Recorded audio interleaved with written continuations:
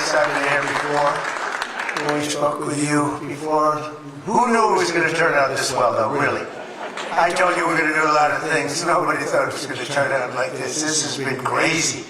But it's a true honor to be back at the Detroit Economic Club with the businessmen and women who are really the economic engine of America. That's what you are. You've become more of that since I've been in, a lot more.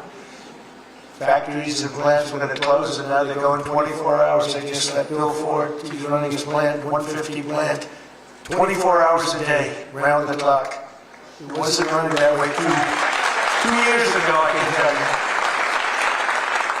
But it's the complex that Ford Motor Company so cherishes. It was a pleasure to see that the crown jewel of Detroit auto industry is what they call it, is still going after 100 years. Can you imagine over 100 years? I especially want to thank the president of the Detroit Economic Club, Steve Rorian. Where's Steve? Steve? Where's Steve? How's Steve? Nice looking man. Nice looking guy. And board chair Sandy Pierce. Thank you very much, Sandy. Thank you very much. And we have some very special people here. We have a man who's doing a fantastic job. I get angry at him every once in a while, but very, very seldom. Because he's got what it takes. Treasury Secretary Scott Bessent. Scott? Hi, Scott. Hi, Scott. What a good guy. He's got a good pulse, doesn't he? Good pulse of what's going on. Thank you, Scott. He's been great. Michigan House Speaker Matt Hall. Hi, Matt. We did good in Michigan, Matt. We won the whole thing in Michigan, didn't we? Huh? 3 times we won. You know that, right? They didn't give us credit the second time, but we won the second time. But we made the last one, Matt, too big to rig. Right? That's what you got. That's the only way you win races in many cases. I got to tell you, it's too bad. I think they should get voter ID. Wouldn't it be nice? The Democrats are totally against voter ID. Who's against voter ID? How can you even campaign? We are against voter ID. How do you not get voter ID? You know what it means, Matt, right? When you're against voter ID, you want to cheat. So there's only one reason you want to cheat, and they do cheat. Terrible. Michigan Senate Republican leader Eric Nesbitt. Thank you, Eric. Thank you. You look good, Eric. State Senator Jim Ronstadt. Jim, thank you. Thank you. Thank you, Jim. Former Congressman Mike Rogers, who's running for the Senate, and he'll be a great senator. He's going to be a great senator. He was a great congressman, and then he left. He went on to very big things. He did well no matter where he was, and I think they took that away from you last time, I'll be honest with you, Mike. I really do. Don't like to get things going. I don't like to be controversial at all. But they rigged the election on you. Mine was too big to rig. You won, I'm telling you, you won, but you're going to do great this time. He's a great guy, actually. He's be an amazing senator. Thank you. Thank you for being here, Tim. Special envoy to Iraq, Mark Savaya. Mark. Hi, Mark. Thank you. Great job you've done. This guy, he negotiates better than anybody around. Thank you. You need it. With Iraq, you need it. You need to be a good negotiator, Mark. I also want to thank Michigan's great congressional delegation. They're amazing. That's been back in Washington due to a very important vote that's coming up. They had a choice. Sir, we want to be with you, but if we're not with you, we're going to lose. But we'll still be with you. I said, no, I'd rather have you win. Don't worry about it. So we're going to win the vote. Representatives Lisa McClain, Jack Bergman, John Molinar, Bill Heisinger, Tim Walberg, John James, and Tom Barrett. They're great people, everyone. And as many of you remember, I came here at the height of the 2024 campaign to lay out my plan to bring jobs and factories and wealth racing back to the United States and coming back to the great state of Michigan. And just a few weeks later, the people of the state and the voters all across the country endorsed that vision in a landslide victory. We won everything. We won all 7 swing states. We won the Electoral College 312 to 226. We won the popular vote by millions and millions. Oh, it's so nice to win the popular vote. I won the popular vote all 3 times, too, but we're not going to get into that. But the first time they said I didn't win the popular vote, but I won the electoral college. So they always said, well, he didn't win. This is the way I get introduced every time. Well, he didn't win the popular vote. He won the electoral college, you know. So this is the way I was introduced for 4 years. And guess what? We said, I'm going back. We're going to win and we won the popular vote by a lot. By a lot. So they can't say that crap anymore. And the thing that was most impressive, we won 86% of all counties in America, 2,700 to 525. Think of that, 2,700 to 525. And that's why when you look at the maps on Republican, Democrat, with red being Republican, as most of you know by now, every once in a while you see one with that in reverse. I said, why do we think it looks better? I said, look, red is Republican. Let's not try and change the voters' minds on things. Just do it that way. And the map was virtually over. That was about the counties. That was the 2,700 to 505, 550, I think is the exact number. Most importantly, we won a historic mandate to make America great again. And this is what we're doing. We're making America great again like never before. And now after less than 12 months in office, this is the easiest speech to make. I have great people, and all I'm doing is spewing off what the hell we've done. Even Venezuela wasn't too bad, was it, huh?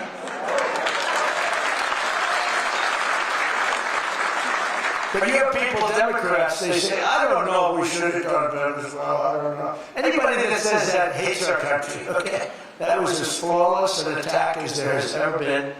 And they asked us to help them. They have 50 million barrels of oil. They said, take it. It's $5 billion. And we did. We're working with the Venezuelan people and representatives. It was amazing. But that was an amazing situation. But we did al-Baghdadi, flawless. We did Soleimani, flawless. We did the Iran nuclear attack where we wiped out their nuclear capacity, which would have been very bad. You wouldn't have peace in the Middle East, flawless. We did them all flawless. I want to keep it going that way, too. I like flawless. Think about Jimmy Carter, the great Jimmy Carter, with the helicopters crashing, the hostages all over the place. Remember that one? Think about Sleepy Joe Biden with Afghanistan. What a disaster. The most embarrassing day in the history of our country, in my opinion. Real dope. Now, after less than 12 months in office, I'm back in Michigan to report to you on the strongest and fastest economic turnaround in our country's history. It's really been historic. There's never been, we're not 12 months, we're through 11 months. We've got $18 trillion being invested in our country. The most of any country ever was 3. We're at 18, there's never been anything like this.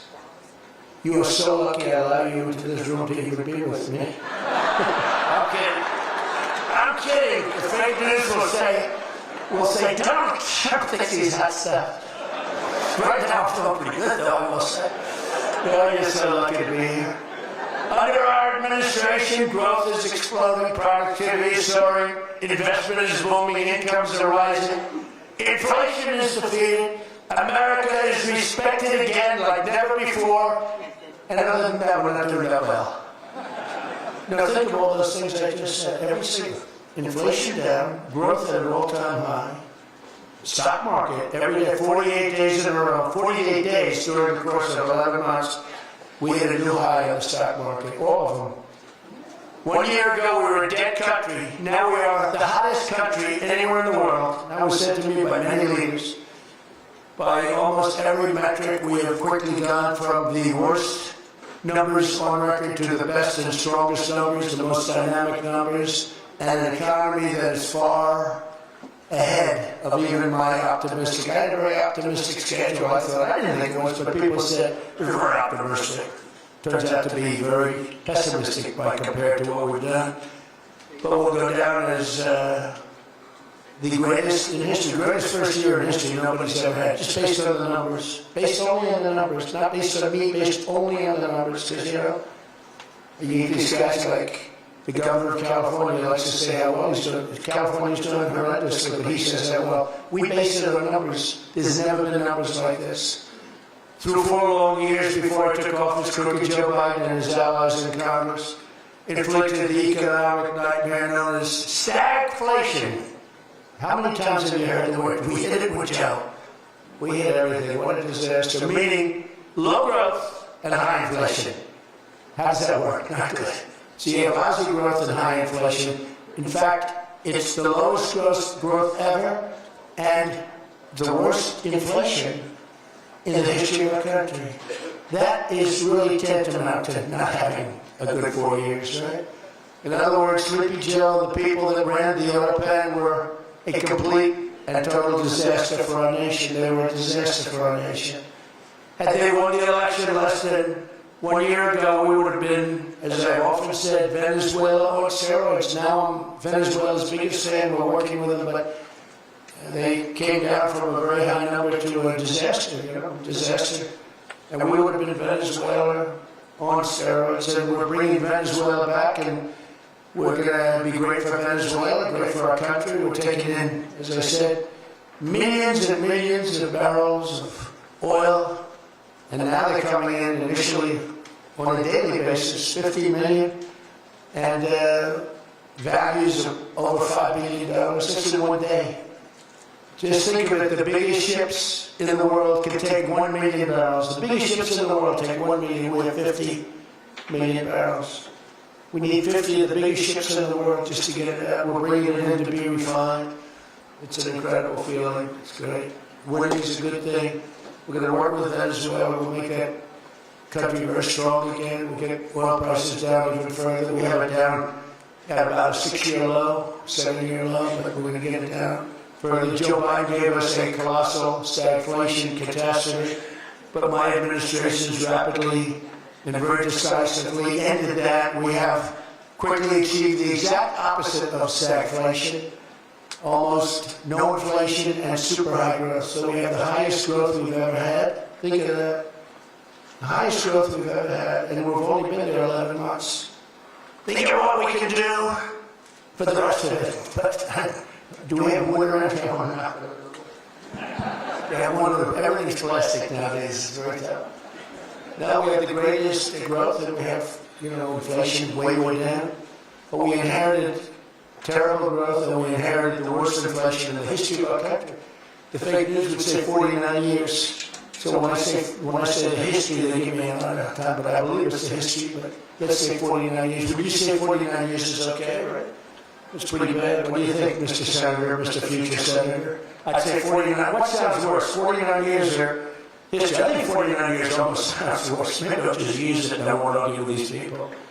As of this morning, core inflation for the past 3 months has been just 1.6%. The numbers we just announced just before I came on stage. And GDP is smashing expectations with the fastest growth for this country in many years. The fourth quarter is projected at 5.4%, and that's despite the Democrat shutdown where we lost at least 1.5 points. The Democrat shutdown, we would have had close to 7. Think of that, close to 7. They were projecting to, the fakers were projecting to. And then we keep deregulating and adding more capacity, like I saw today at Ford. And if we don't raise interest rates every time good news is mentioned, in the old days, I'm probably old. I used to be at these lecterns and I'd say, I'm younger than pretty much everybody in the room. Now I say I'm older than pretty much everybody. I like it the other way better, actually. But you're too young. But in the old days, when you had good numbers, interest rates would go down. When you had good numbers, the market would go through the roof. That's the way we're going to make it again. That's the old-fashioned way. That's the right way. Today, if you announce great numbers, they raise interest rates to try and kill it. So you can never really have the kind of rally you should have. What happens and what we want, we're going to have a lot of great months, a lot of great quarters. I want the market to go up. You announce unbelievable numbers and the market goes down because they know you're going to do everything possible in the Fed. We're real stiff in the Fed. That's for another day. But they raise rates. So everyone says, oh, they announced great numbers, it's great. And the market goes down because they immediately raise rates. No, when the market goes up, they should lower rates. You want to see 20% and 25%? You want to see what we can do? We've got to go back to an old standard. When there's good news, the market should go up, not go down. Does that make sense to everybody? And that's the way it used to be for most of the time. That's the way you make a country great. but our growth potential is unlimited and can be much higher if we went back to Saturday. We're not doing it anymore. We're talking about the head of the Fed, and I want somebody that when the market is doing great, interest rates can go down because our country becomes stronger. See, you view it differently. Our country becomes stronger, and therefore interest rates should go down, not up. They kill every rally. If it's no matter who, if it's beyond me as president, it's no matter who's president. You have a good quarter, and they want to kill it because they're so petrified of inflation. And growth and inflation don't necessarily go hand in hand. You can have growth and very low inflation. In fact, oftentimes growth is good for low inflation. So we're going to work on that, Scott, right? I think we're going to work on that very hard. I mean it so strongly, it's sickening. We announce good numbers and we see the stock market drops 300 points. I say, what the hell is going on? Should you agree with me? It should be just the opposite. All right, Scott agrees, so I'm very happy about this. If you didn't agree, I would do it. But we're already growing double, triple, and even quadruple the speed of almost every other major economy on Earth, with the #1 economy on Earth, too. And the results are in, and the Trump economic boom is officially begun. It's really begun almost from the beginning. It almost begun, if you look at it, really from November 5th. You know, on another metric, just before the election, it was almost impossible to get people to join the military. We had the worst enlistment in the history of our country, the worst. You couldn't get people for the Army, the Navy, the Air Force, the Marines, Space Force, the Coast Guard. You couldn't get people. And since right after the election, but especially since after January 20th when we took office, we have now the strongest enlistment we've ever had in the history of our country. We've never enlisted people so quickly, so easily. And we enlist by merit now. You know, we won a Supreme Court case that said you hire by merit. You go to college now by merit. Everything's by merit. Our country became great because of merit. And we have done some job. But think of it, a year and a half ago, we had the worst enlistment in history, and now we have the best enlistment. Things like that don't happen. You might go from the bad enlistment to okay, but you don't go from the worst in history to the best in history. But that's what we've done, every one of them. And that includes police and firefighters. It was very hard to get police. It was very hard to get firefighters, and now everybody wants those jobs. In 4 years of Biden, they secured less than $1 trillion of new investment in the United States. So, 4 years, less than $1 trillion. In less than 1 year, I've secured commitments for over $18 trillion from all over the world, the most ever for any country.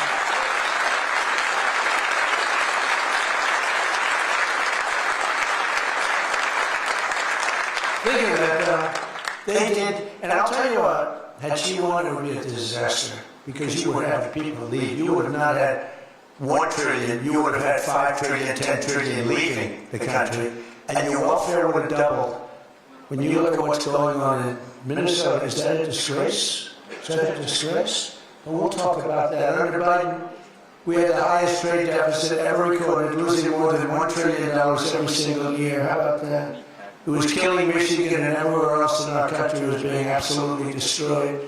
But in a matter of months, largely because of tariff income and the election result, we slashed that gaping trade deficit by, in a short period of time, 62, just came out, 62%. People are stunned. The fake news back there, look at those cameras rocking and rolling. No, the fake news back there is, they're very upset about it, actually. But they're stunned. They can't believe it. We cut our trade deficit in actually 10 months was where the number came out. We cut it by 62%. It's going to go better than that now.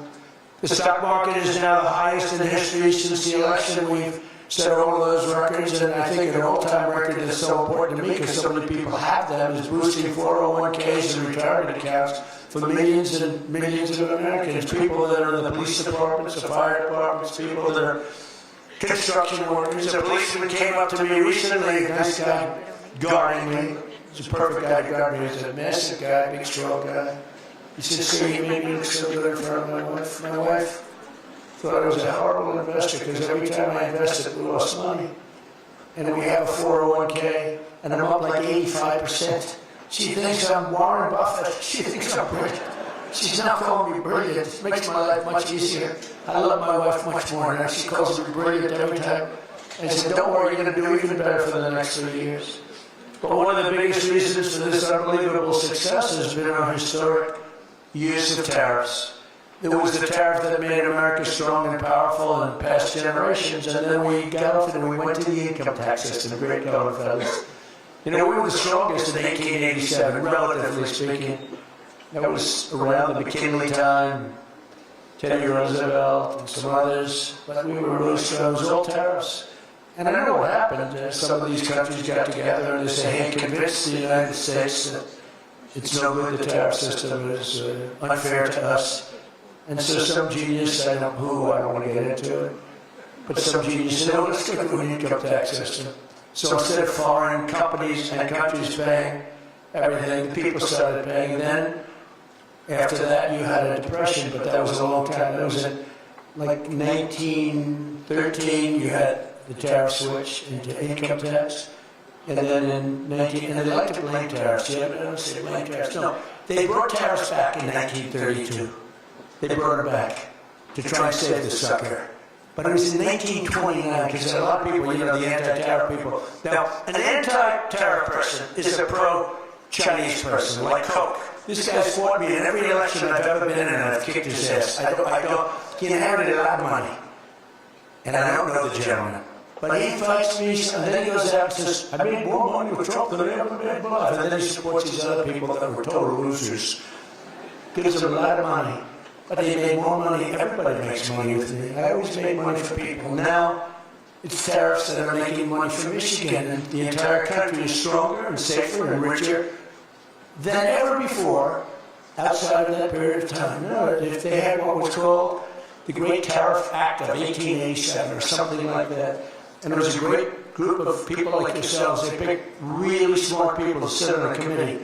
They had so much money they didn't know what to do with it, and they wanted to have the money given away. You know, we built the Panama Canal out of tariffs, we did a lot of things. Panama Canal was the single biggest investment, relatively speaking, that this country's ever made. Would be the equivalent of trillions of dollars today.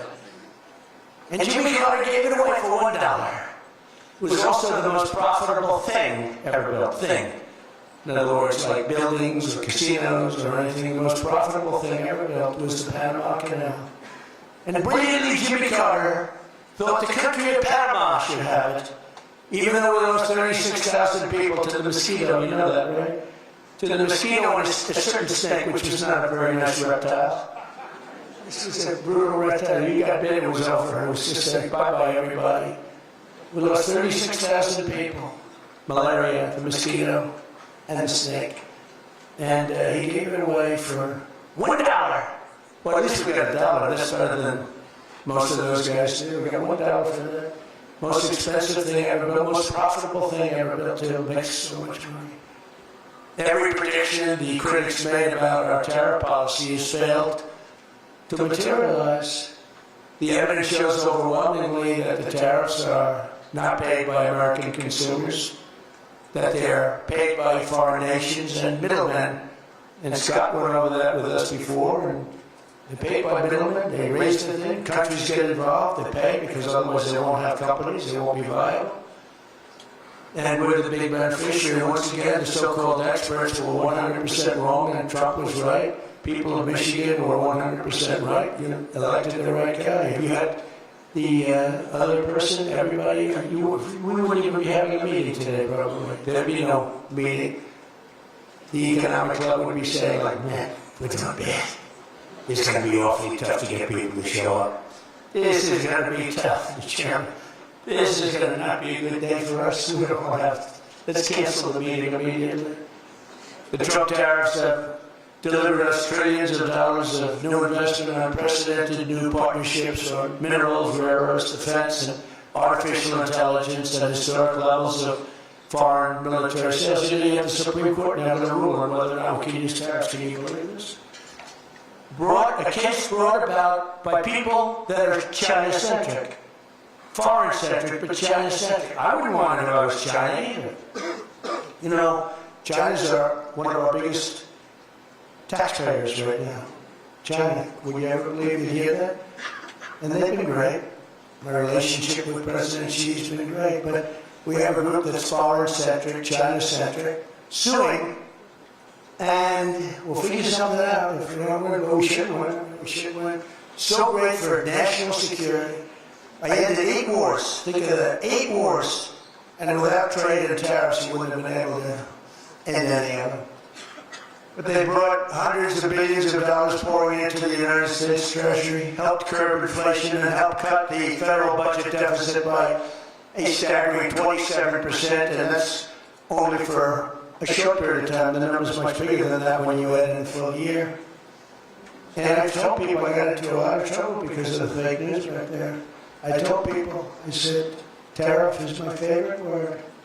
I said, my favorite word of every word is tariff. I loved it for 40 years. I came here many years ago. Remember they said I didn't come here, then they found out I did. I got an award in Detroit, in Michigan, many years ago. And I still have it. They said it never happened. It did happen, it turned out. I didn't notice any apology. But all I did was talk about you losing your car industry. This was long before I ran for politics. They said you're losing. I said, why are you allowing these foreign nations to take your car? You know, you lost 57% of your car industry. The good news is you're getting it back. But I said, why are you using tariffs? I've been very consistent. I will tell you that for years and years, even as a private businessman. For years I used to, because I get, for whatever reason, a lot of publicity always. I don't know if that's good or bad, but it happens. And I talk about the importance. But I said, recently, I said, tariff is my favorite word in the whole dictionary. There's no word. And I took a lot of heat. They said, what about your wife, your children? What about religion and God? What about Jesus? So I said, all right, it's my 5th favorite word. And since then, I've been fine. They hit me hard, these people, the fake news. They were killing me over tariff. He likes tariff more than his wife, more than religion. He likes tariff more than anything, more than disgrace. So I now call it number 5, and I'm in good shape. It was a rough day. It's my favorite word, and I got killed. Yay. Every word, you know, when you go up here, you take a big chance, especially me, because I go off teleprompter about 80% of the time. But isn't it nice to have a president that can go off teleprompter? What do you think? Remember the speeches, you know, first of all, they last a matter of seconds, you know. Thank you very much. You ever notice, you know, what always coffee for us? State of the Union gets,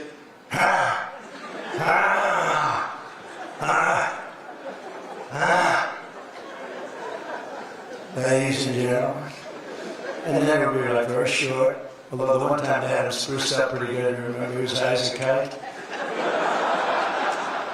He was floating, he was up there way up. That was a bad speech. But, hey, you got through it, you know, got through it. Go getting through it. This country was so, can you imagine allowing 25 million people into our country, many of them criminals, many of them murderers? What he did to this country, what they did, because it was the people surrounding that beautiful, resolute desk. But just as I promised you that I've imposed a 25% tariff on all foreign automobiles, I'm standing up for the American auto worker like no president has ever stood up before. You know, those tariffs are keeping the foreign auto workers. Now, they want to come in and build a plant and hire you and hire your friends and your neighbors. That's great. I love that. Let China come in, let Japan come in. They are. And they'll be building plants, but they're using our labor. U.S. auto factories are now seeing more than $70 billion of new investment. Think of that. They were leaving. They were all going. They were going in the opposite direction. Now they're pouring back. It's the greatest. Nobody's ever seen anything like it. And much of that money is coming right here to the car-making capital of the world, Detroit. You lost, I mean, so many places. Since I took office, Ford has announced that it will invest $5 billion across its Michigan and Kentucky plants, creating 4,000 new jobs. GM is moving production of the Chevy Blazer and Equinox from Mexico right back here to America. Right? Is my favorite auto worker here by any chance? You know, what happens with Brian? Brian, oh, I see. he made some cash. He's after, oh, he's been very disloyal to Detroit. Look at that. He is such a great guy, right? And that guy fought for me when it wasn't the popular thing to do. He fought for me from day one. When you tell him I said hello to him, all right? That guy, he got it. 4 years ago he got it, right at the beginning. He understood it better than anybody, better than the great economist they had no clue. And Stellantis is investing $13 billion to expand its U.S.-based manufacturing plant by more than 50%. Stellantis did a good job. Never before has an administration achieved such sweeping and dramatic turnarounds as has taken place just in this very short period of time. I mean, you're talking about 11 months. 11 months and you have a different business. 11 months and you're booming. I just spoke to an AI guy, and that's booming too. You know, we're leading China in AI by a lot. I'm letting them build their own electric plants because people are saying, you know, the amount of electricity they need is, they need twice as much as electricity currently in the United States for every other business, home, factory. They need double. So I said, we can't do that. And then I had the idea. When they build these $50 billion plants, I'm going to let them build, and they're already building big electric plants to take care of their plant. And any excess electricity, they'll sell it back to our country. It's an unbelievable one. Therefore, we're going to build, I think if they really had it, you know, you hear how much, I have great respect for China, but you hear they're building a lot of electricity, but we are too. But we're having it built privately. They're going to own their own electric. They're becoming their own electricity producer. And when they heard this idea, they thought it was great, but they didn't take it seriously because they said it's too good to be true. But then they realized that I was serious. They were getting them 2 and 3 week approvals. They don't have to wait for 20 years before they get rejected. You know, in the old days, they had to wait for 20 years, and then they get rejected at the end of 20 years. Guys would give up their whole career trying to get one approval, and then they get rejected. In every aspect of our agenda, we're putting America first, and nothing will stand in our way. Nothing's going to stand in our way, nothing. So one of our top priorities in this mission is promoting greater affordability. Now, that's a word used by the Democrats. They're the ones that cause the problem. The one thing, they stick together. They don't have some of the people that we have. I don't know, it's a genetic thing, it's something in the blood. We got some real losers, mostly great. But I wouldn't use the name Romney because I'm in his sort of territory, so I would never use that name. All right, I'll use it. They don't have a Mitt Romney that votes against everything. They don't have a Rand Paul that votes against everything.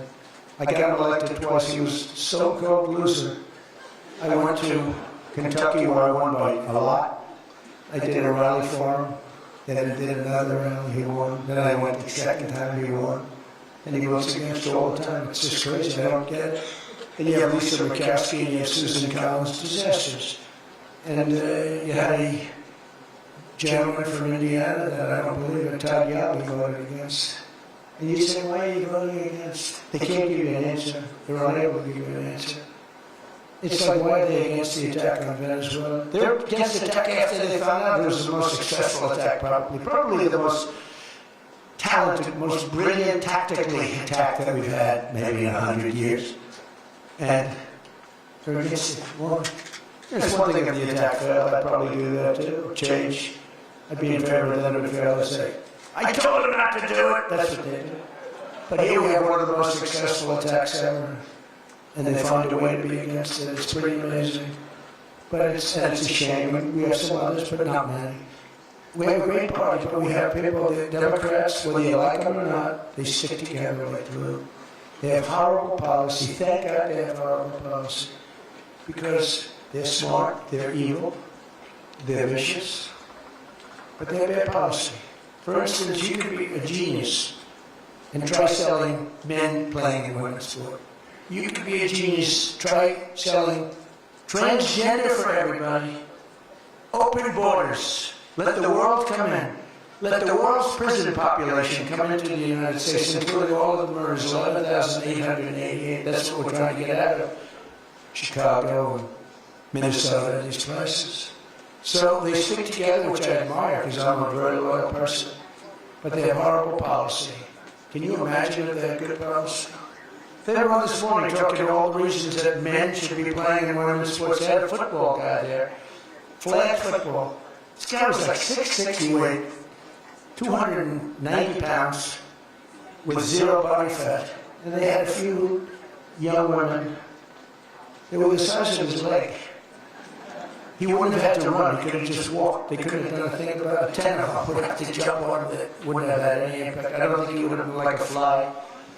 It's so ridiculous. It's so demeaning to women. It's so demeaning. Look at the weightlifting records. I mean, the record got beaten by 112 pounds, a record that stood for 18 years. 1 ounce they put on, stood for 18 years. Guy comes along, who was a poor lifter as a man. He was at the lower portion of the class. Comes along and broke the record by 112 pounds. Think of that. They fought for years to beat that record. How about the swimming records? I mean, you could go to sleep during the time the man comes in the morning. You could go take a nap for a little while. How about the long distance race that took place not so long ago? Long distance, these marathon deals. They had top men, top women. The man came in. The woman came in 5 hours and 14 minutes and 36 seconds behind the man. Think of it. You're waiting. The man comes in. Now you're waiting 5 hours. What do you do if you're the parents? You go home and sleep for a while. Who the hell wants that? It's so demeaning to women, and who are great athletes. It's so demeaning to them, and it's right now the Supreme Court. I can't believe we even go to the Supreme Court. I mean, can you imagine 20 years ago talking about men playing in women's sports and think you're crazy? Or transgender for everybody? If you said there will be no mutilation on children, that's one of my standing lines. We will not allow the mutilation of a child. Can you imagine having to say that? 15 years ago, people would say, is that kind of crazy? Of course we won't. But we're living in a different time. It's a crazy time we're living in. After real wages plummeted by $3,000 under Sleepy Joe Biden, real wages are up by $1,300 in less than 1 year under President Trump. For construction workers, wages are up $1,800. Don't forget, they were down $3,000. Factory workers over $2,000, and for many other workers over $5,000. And I just gave the military, because we're doing so well, we're taking so much money with the tariffs. I just gave them 1776. You saw that, right? Did you see that? They had 75, and I said, you know, if you had $1 more, 1776. They said, that was a good idea. We could afford $1 more. We gave 1776. Meanwhile, grocery prices are starting to go rapidly down. Rent is down. Airfares are down. Hotel rates are down. Cell phone prices are down. And we're just getting started. But more importantly than going down, our growth is through the roof. It's way up. Among my first acts in office was to end the radical left war on oil and gas and stop the crusade to kill American energy, and frankly, to open up cars so that you don't have to have an electric car. I love electric cars. I think they're great. I like Elon a lot. I don't think he was too happy with my policy of opening it up, and I can understand that. But I've been saying it for 4 years. They wanted everybody to have an electric car in a very short period of time. There was no way to build the stations. There was no way to get it done.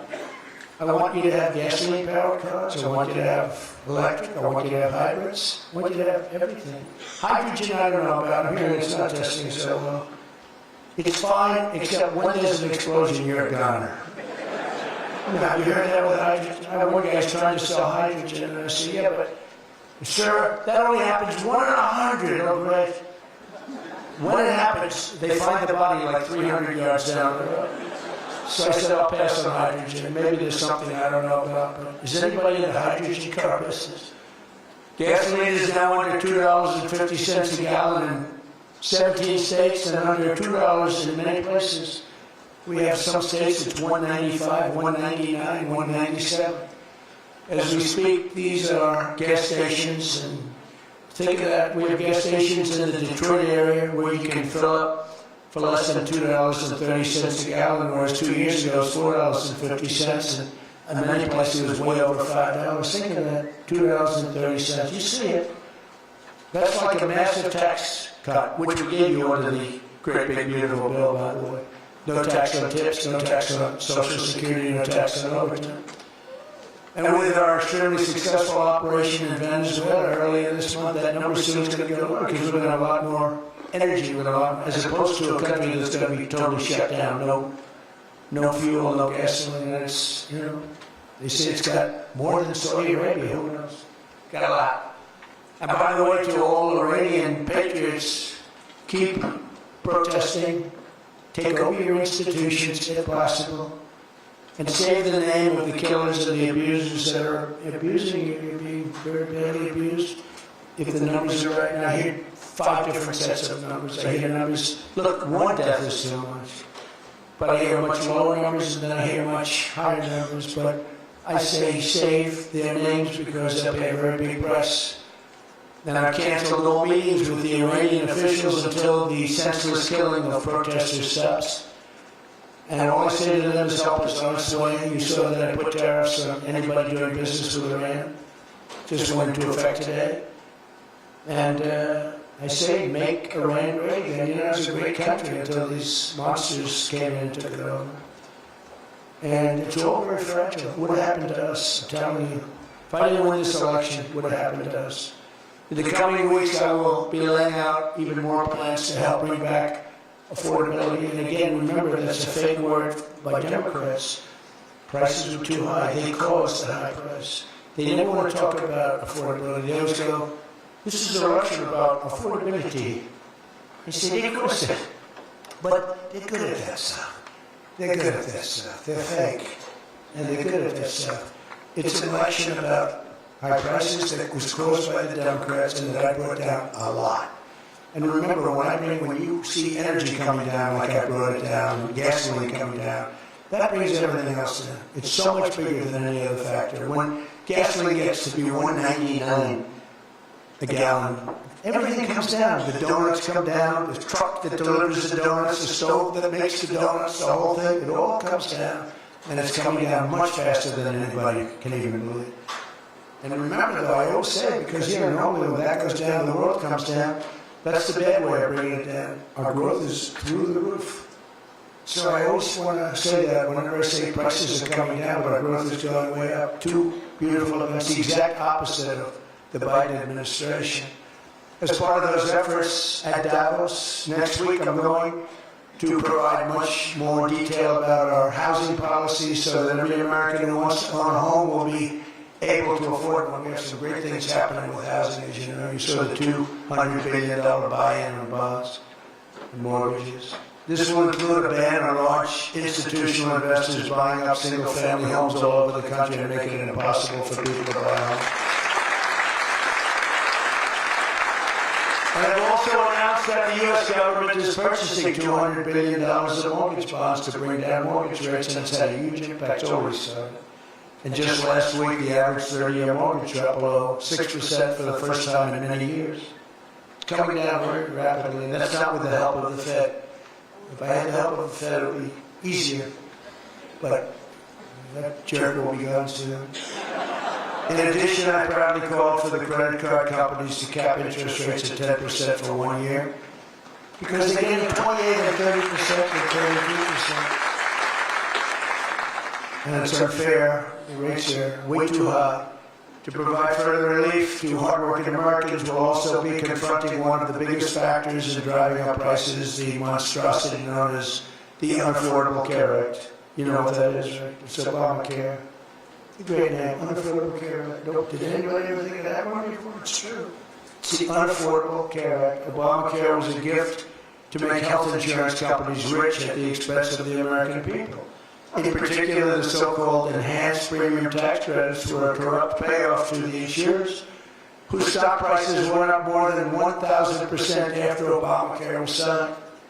I want the same money to go directly, very simple. I want the money, those big amounts of money paid for by the government, to go directly to the people so they can buy the health care that's right for them. They can negotiate their own deal, health care savings account, but they'll buy their own health care, and everybody loves it. That's why later this week, I'll announce our health care affordability framework that will reduce premiums for millions of lower drug prices, delivering price transparency and demand honesty and accountability from insurance companies all over the country, all over the world, actually. Healthcare costs will come down very fast with my most favored nation executive order. We're doing most favored nation drug prices. When we would have drug prices stay the same, everybody thought it was great. They're going to be coming down thousands of percent. We're standing up to special interests in slashing prescription drug prices by 300, 400, 500, and even 600% and more. I mean, think of that. On that alone, we should win the midterms in the landslide. Good favored nations. The country that pays the lowest price in the world is the price that we're going to pay. And we got that because of tariffs, because I said to the countries they wouldn't approve it. The drug companies were tough, but they were fine. But they said the countries would never do it because you have a pill that sells for $10, you have to sell it for 20 or 30, so you have to double or triple the price of their health care for prescription drugs. Ours would come down from $130 to 20. Theirs would go from 10 to 20, the world being a bigger place. And it was unbelievable, but the countries would do it. So I called the countries and said, if you don't do it, then I'm going to put a tariff on you.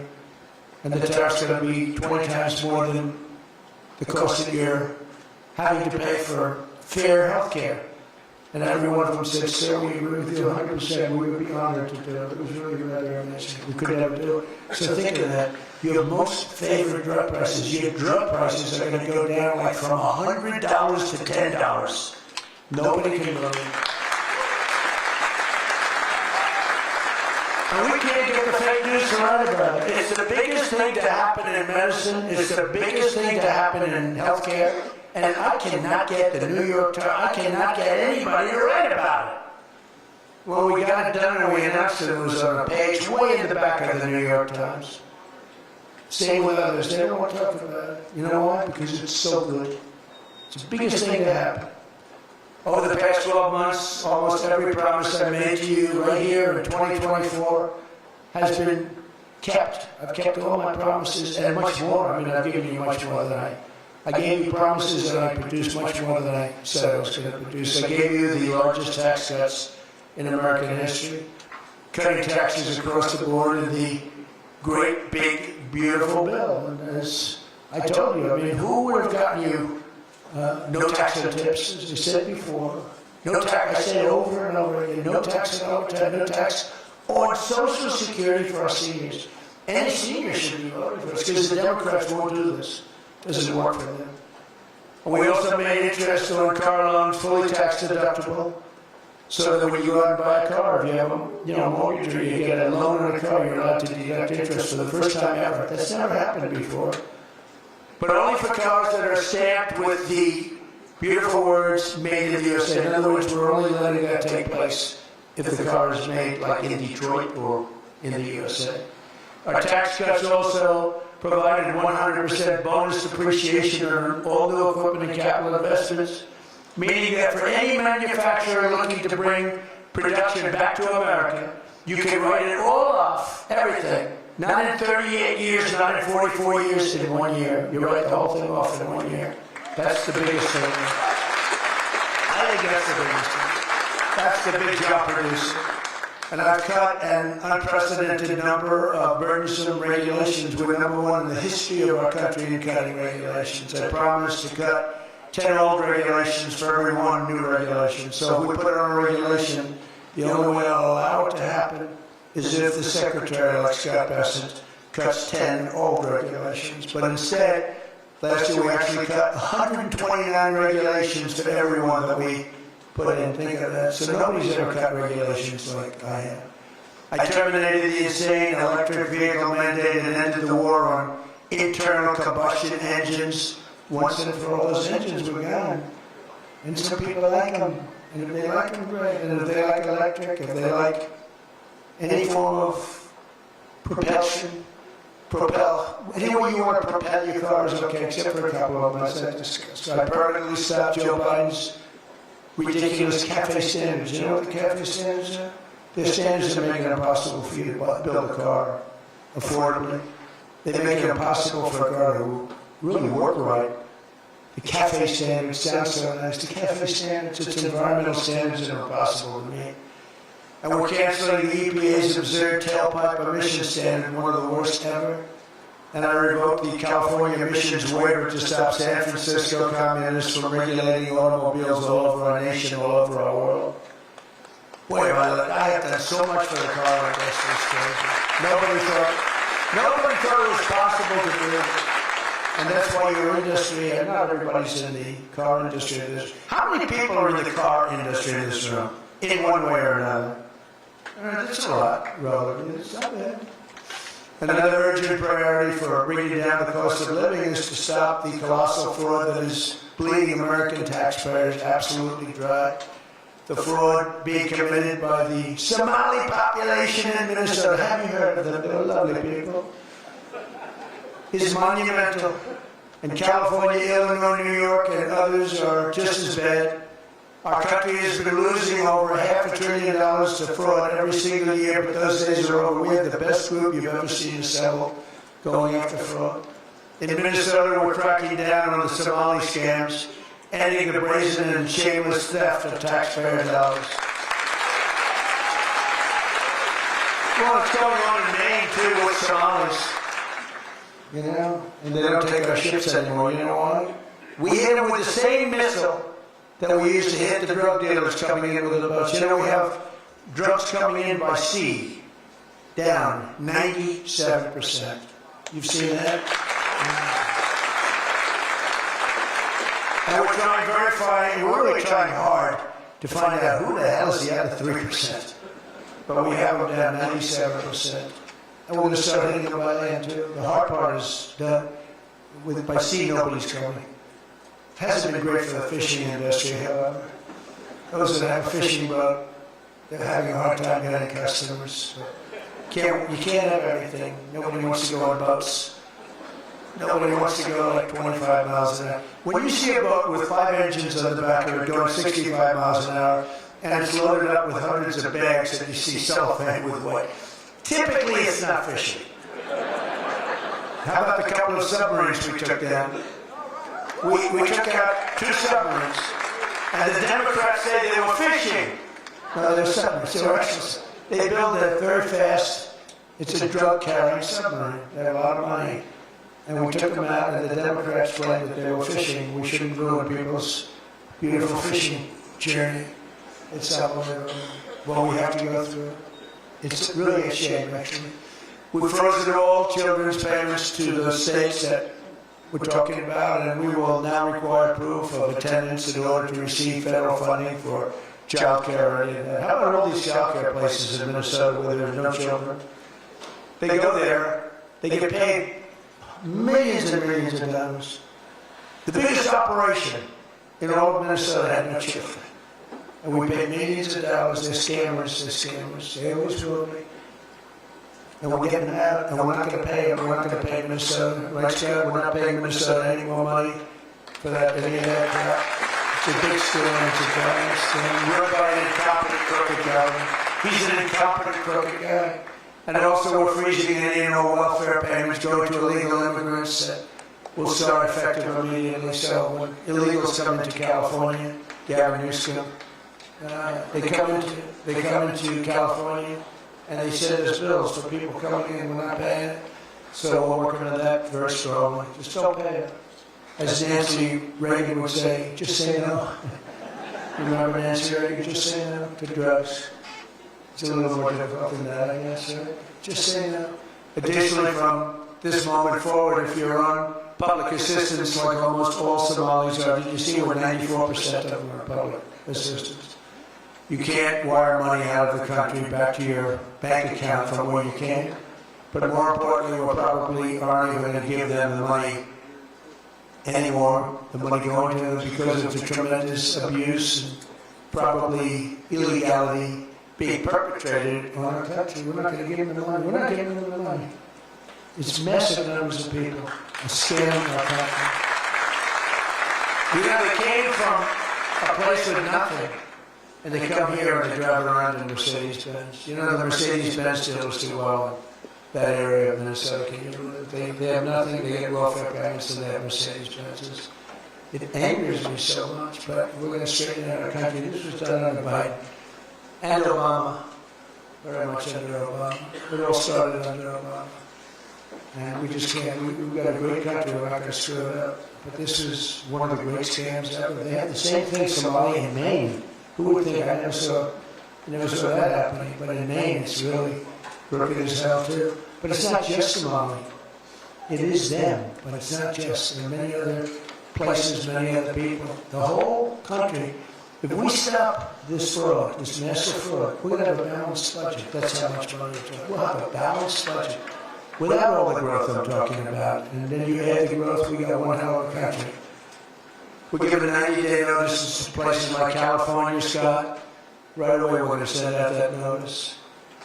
Who would bill the federal government as people poured into the state to send those people back because no country can afford to do it? No country can afford to take in millions of people, pay for their education, their health care, their hospitals. You just can't do it.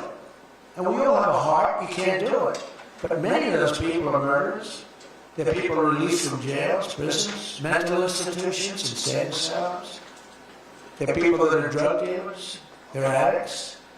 Additionally, starting February 1st, we're not making any payments to sanctuary cities or states having sanctuary cities because they do everything possible to protect criminals at the expense of American citizens, and it breeds fraud and crime and all of the other problems that come. So we're not making any payment to anybody that supports sanctuary cities.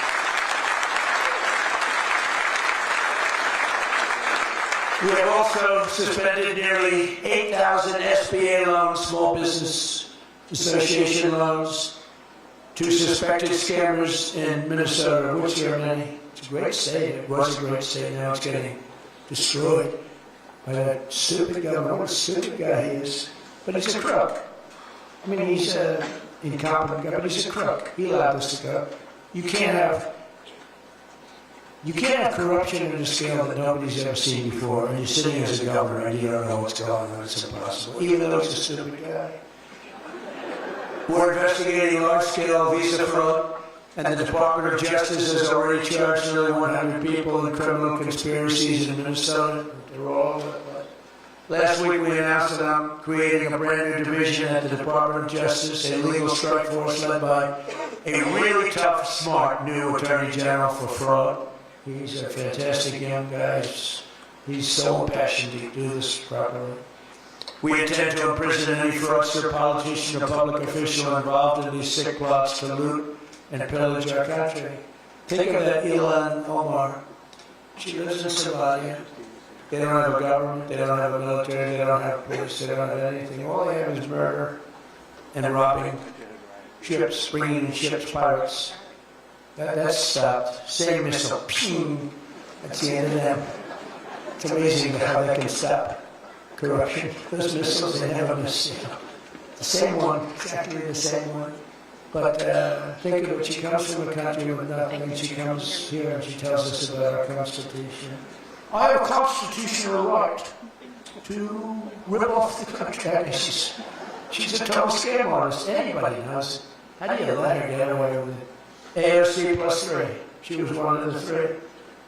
They're all scammers. They're so bad for our country. They're so bad for our country. Our ICE operation in Minnesota, for example, was finding hundreds of killers, violent predators, and child rapists, some of the worst criminal offenders anywhere in the world, murderers all over the place. All we want to do is get them out. Did you see the pictures that we put up? Hundreds of them.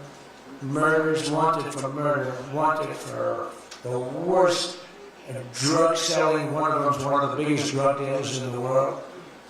And vicious, sells bad drugs too. Bad drugs, like if you take a tiny little morsel and your child is dead. And we're getting them. But it's hard to get them because they make it so impossible for you. And you wonder why they do that. Do they want to live with murderers? Do they want to live with these people that are emptied out from prisons? They have a lot of people. One of the reasons I was so angry with Venezuela, they emptied their prisons almost entirely into the United States of America. Tren de Aragua was the gang, one of the worst, probably the most violent gang there was anywhere in the world, they say. We're getting them out. We've got a lot of them out already, but we're getting them out. We're also going to revoke the citizenship of any naturalized immigrant from Somalia or anywhere else who is convicted of defrauding our citizens. We're going to get them the hell out of here for that. And if you come to America to rob Americans, we're throwing you in jail and we're sending you back to the place from where you came. We're throwing you right in jail. And they know it, too. And one of the reasons they're doing these fake riots, I mean, they're just terrible. I mean, you see it's so fake. Shame, shame, shame. You see the one, that's all practice. They go practice. They go to areas, they take hotel rooms, and they all practice together. It's a whole scam. We're finding out who's funding all this stuff, too, pretty much now. But in conclusion, as we liberate our country from this cultural scourge and the plague of corruption and fraud, we'll rediscover the natural energy and native spirit that truly makes America great again, like we're doing with Detroit and Michigan. If we get rid of fraud and do our job properly on the trillions that are being extorted out of our country from corrupt and incompetent governors like Gavin Newsom, J.B. Pritzker, and Tim Walz, we will very soon have a balanced budget, and that's the kind of money that we're talking about. We're talking about massive amounts of money. Our country wasn't built by people who tried to lie and cheat and scam their way to success. It was built by legends like Henry Ford, Henry Dow, Thomas Edison, the Kellogg brothers, Alfred P. Sloan, the founder of General Motors, men who lifted up American workers and strengthened our nation beyond even belief. And we're doing the same exact thing right now. I think we're doing it even better. This is the fierce spirit of patriotic free enterprise that we're now unleashing once again. We are unleashing it like maybe never before. Together we have turned the page forever on the failed left-wing model that makes our America poor, desolate, and makes people feel sorry for us. That's what we had. We had a country where our leader was laughed at and our country was scorned. We had a country that was laughed at. They laughed at us. 2 years ago, they laughed at us. They thought we were fools. They thought we were stupid people. Now we're seeing that they're not the smart ones, we are. But we have a great America, and we're going to enrich it. And foreign nations, foreign migrants, criminal fraudsters, and corrupt politicians are not going to play a role anymore. They're going to be in jail. Under the Trump administration, we're reclaiming America's dignity, rebuilding America's wealth, and we're putting the productive, hardworking American citizen at the center of every single thing that we do.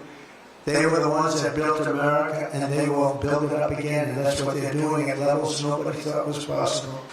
So today, after less than 1 year, our border is secure. Remember, they talked about the border out there? In 3 weeks, then you go to Congress. They said, secure our border! And they did. Remember Biden said, I have to get approval from Congress. Had nothing to do with Congress, had to do with respect. Our spirit is restored. Inflation has stopped. Wages are up. Prices are down. Our economy is booming like I think you'll see soon, like never before. Our military is strong, unprecedented. I rebuilt our military in my first term. Our workers are thriving, and our auto industry is returning to the country where we all began and where it all began, and frankly, the country that we love. The United States is winning again, and we're rapidly making America and the great state of Michigan greater and more prosperous than ever before. I want to again thank the Detroit Economic Club. You do a fantastic job, so respected. God bless you, and God bless America. Thank you very much, everybody. Thank you.